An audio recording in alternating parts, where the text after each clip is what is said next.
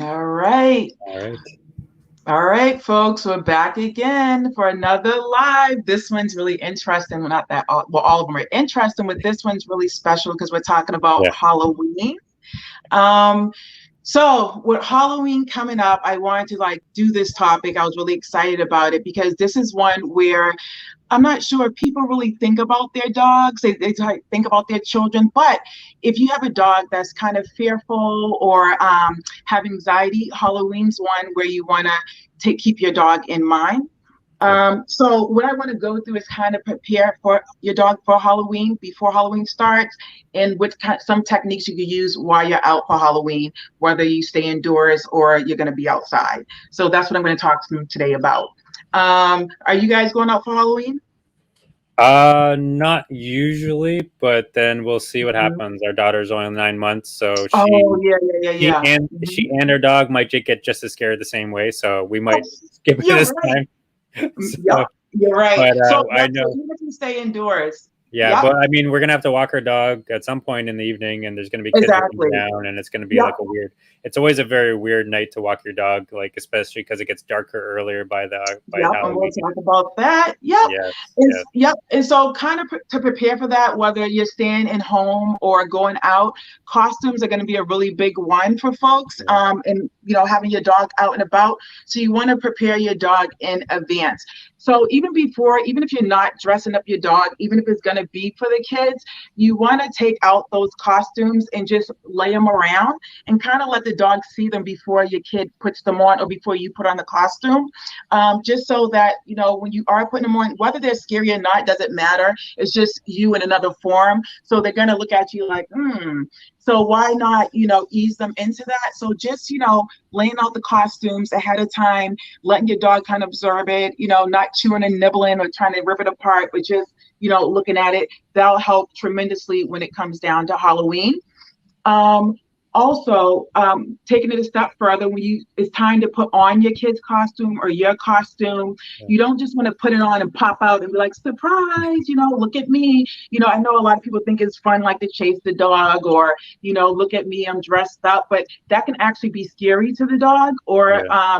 a little bit traumatizing. I was gonna So say, when yeah. you do, yeah. So when you do put on your costume and you go towards your dog, you want to turn to an angle so you're not like approaching them head on, like Okay. face on. So just sideways at an angle. And if your dog, is okay with you approaching, or they're not like backing up, like what's that? Then of course you want to continue approaching. But if you have like a shy dog, or if you notice your dog is kind of fearful of the costume, once again, this is where training comes in. You want to use treats, and you can just toss your dog's treats. And that's building a positive association, like I talked about before, to you in a costume and them liking it. And so just spend some time, even before Halloween, with your costume on and just hanging around in it so your dog can be more comfortable with you having it on, and your kids, especially if they're going to be wearing those costumes. Is your daughter dressing up for Halloween? Are you going to, I know she's Maybe 9 months, but are you going to put her like in a little pumpkin? we might. We'll see. We'll see how creative Yep, we get. Might just like spur of the moment, do a run to Walmart or something like that, and grab her something to yep, get a few photo ops and that sort of thing. But exactly. And yeah, will this be your dog's first Halloween? no, he's because we live in a condo, so it's a little bit different. Like it's not the Okay. same as like living with the house because you see all the kids roaming around. But Mhm. we try to avoid we try to take him for a walk usually a little bit earlier when it's a little bit lighter out, and then the later Yep. walk when all the kids have gone. But once in a while we get stuck in that sort of thing where we're in the middle of the pack when all the kids are Yep. out and everything like that. So Hmm. it's Hmm. but I don't think it's has been his first time. We've sort of experienced it a little bit here and there, but Okay. yeah, Yeah. yeah. And so do you dress them up? No, we don't. He's not super excited about things being on him. So Yep. we tried putting hats on him in the past. He doesn't like that. So Yep. he's a very large 80-pound sheepadoodle. So like he doesn't fit into the tiny dog like Exactly. Yep. costume too So it's easily. like the But bandanas. yeah, Yep. maybe like a bandana or like bow tie or something like that, if we're gonna do something. But Mhm. And yep, and that's what I wanted to talk about too. The next thing is like dressing up your dog for Halloween. yeah, Same thing with the costume. You just don't want to go plop it on them and have them have a bad experience, especially if you have a dog like mine who does. One of my dogs wears clothes, so popping a Halloween costume on her is not going to be an issue. So if yeah, your dog already is used to wearing like clothes and stuff like that, it may not be an issue. But if you have a dog like my other dog, Pal, here, who just doesn't like anything on him, you want to use like a bandana. Okay. And usually those are okay. But if your dog is not okay with wearing anything, you don't want to force it on them. You Yeah. just kind of want to let it be, just let them enjoy the night or the day of Halloween. But don't force any type of clothing on them. But for the dogs who do like clothing, or if you want to help your dog like the little clothing you are going to put on them, same thing, lay it out, let them observe it, and then, try putting it on them, but you just don't want to force it. And since Halloween is right around the corner, you may not have time to desensitize your dog to a Halloween costume so they'll like it. True. So just keep that in mind. So most dogs okay with the bandana, especially if you take your dog to get groomed and they usually just throw one on. That's so true. You can try that out. But even if your dog doesn't like that, you just don't want to force the issue. Another big thing with Halloween is the sights and sounds of Halloween. So if you already have a dog that's barking at every noise, sound, or a dog that barks at doorbells and stuff, you want to take that into consideration when guests are going to be ringing your doorbell and stuff. So again, Halloween is a few weeks away, and you can desensitize your dog to the doorbell noise and make it a positive association. So with that, what you would do is just essentially you can use YouTube, find like a doorbell noise, or you can use your own doorbell and ring it. And when you ring it, you can give your dog a treat. Ring it, give your dog a treat. So you're basically building association with, okay, the doorbell rings, I get a treat. Then, Halloween comes, doorbell rings, the dog's looking to you instead of barking. But again, that takes some time. Halloween's in a few weeks, but you still can start it and see how far you can go with that. But you just want to make it so that when people are ringing your doorbell, that it's like a calmer environment in the home for your dog, because there's going to be a lot of sounds and, sights and things going on. So that's one helpful tip. And also, let me take a peek here at my decorations. Big one, decorations. So this is more about when your dog's out and about and you're walking on Halloween, if you take them out to trick or treat with your kids. In general, even now, like I just took my dog for a walk down the street and I'm like, oh, I forgot, there's decorations out, but he was totally fine with it. And the same thing you were saying about daytime versus nighttime. My dog walking in the daytime and nighttime with the decorations is fine, but if you're bringing your dog out for Halloween and it's going to be nighttime and with the decorations, you want to make sure that you're going out in the daytime first with your dog and using the same thing, passing the decorations with the treats, treating your dog as you walk. Of course, to keep them focused on you if they're like going to bark at the decorations and things like that. And that goes back to what we was talking about a few lives ago in a loose leash walking, attention walking. And that's when you can use this on Halloween to keep your dogs focused on you and not the decorations if you think they're going to be reactive. Also, just planning out your route for Halloween if you are going to be going door to door. And if you know your dog's going to be kind of a little sketchy and stuff like that, maybe a route that's less congested with kids, or, sounds and noise. A lot of people like myself, I'm putting up my decorations later. So even going out right before Halloween to see if things have changed, that's helpful as well.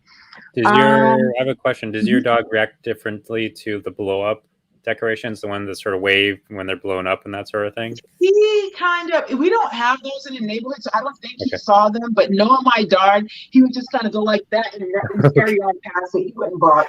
Once in a while, mine thinks it's alive, so it's like it'd be very like cautious, like approach it with caution. Might bark at it, but those things are a little bit when they big ones, right? And that story time. So I actually had a client last week and we was working on like anything but barking. And I came back the following week. He's like, oh, the Halloween decorations are up. And now my dog, come stand over here. You see that? And it's one of those, blow up things. And you just stand in the steps, barking. And the unfortunate thing about their situation is they have a lot of bay windows. And I always say management is the first thing, but they can't really block off access to the windows. So the best thing they could do is just kind of keep the dog confined away from the windows. But exactly, those blow up things, those are the ones that really get the dogs going. So if you do have those in your neighborhood, the same thing, using the treats and kind of hurrying your dog past if you think they're, kind of skittish around it or going to be reactive. Yeah. I mean, we think about trick-or-treating on Halloween, but it sounds like what you're saying is if we're going to take our dogs out with us, actually bring a lot more treats than maybe usual, because there's going to be so many more distractions. You're probably going to go through it alone, be a little more giving with the treats if you're going to take them with your kids or whatnot, if you're going out for Halloween, just so you can always be reinforcing getting their attention back, because there's going to be so many. You're definitely not going to be the most exciting thing out there, and there's going to be a lot of distractions. So Exactly, and they're not going to be focused. So if you're working on attention walking and things, it's just going to something else. But Halloween's probably going to be a good one to kind of give it a good test and a go. So for Halloween night, and talking about the fearful dogs, I want to touch on that. Because those are the dogs that I would be most concerned about, and making sure they're okay. So to go through my list. So if you have a dog that's kind of fearful of, all the things I just mentioned about Halloween, or just fearful in general, like you have a dog that has anxiety and stuff, there's some things that you want to take extra precaution with when it comes to Halloween. So again, you want to take your dog out for a walk early. Just to go the route, look at the decorations, and make sure they're okay with the route. Also, if you're taking your dog out on Halloween, and this is another good reason why you should go the route you're gonna go for Halloween, because I know I take my dog on the same route for a walk each time, but for Halloween I may do a different route, and I know some dogs get kind of nervous about that. So if you're doing a route especially different from the one that you normally walk your dog, you want to make sure you do that before Halloween. Also, if you're not able to condition your dog to having the doorbell ring, or if you think like Halloween's just going to be too much for your dog, you want to find a space now where your dog can be confined, where they can't hear the doorbell, or you could put some type of music on, a white noise machine, so they're not, bothered or triggered by the reaction of the doorbells. And also, if they're in confinement, give them something to do. Give them chew toys, Kongs, puzzles, things like that. Also, taking it a step further, if you really wanted to, you could put a note on your door saying, please don't ring the doorbell, and knock. That's always a good idea if your dog's like really, really anxious and you don't want to get the doorbell rings back to back.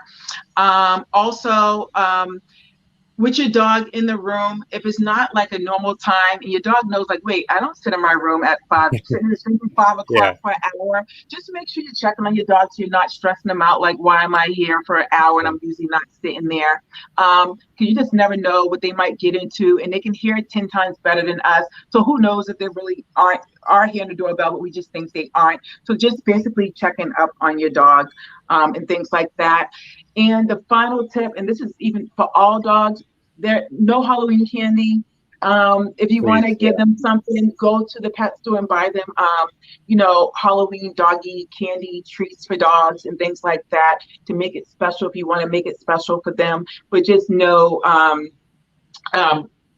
I call it people candy. No people candy or kitty candy or whatever on Halloween.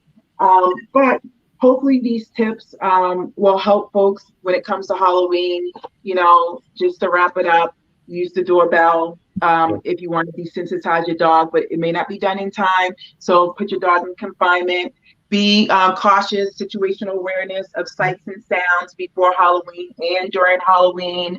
And also, if you have that fearful dog, it just may be too much. So again, confining them, checking on them, making sure they're good, and hopefully everyone with these tips will, enjoy their Halloween. I know I'm looking forward to Halloween with my dogs. I got one of them. She's going to be a teddy bear this year. Okay. I'm excited about that. And Pal, the one that's kind of a little scary about it, he's going to be Superman. Very nice. So you can get his purse from that. There you go. Yep. So I hope everyone got something for this live, and you guys join us next week. And thank you guys for tuning in. And I will see you guys next week. See you guys. Bye.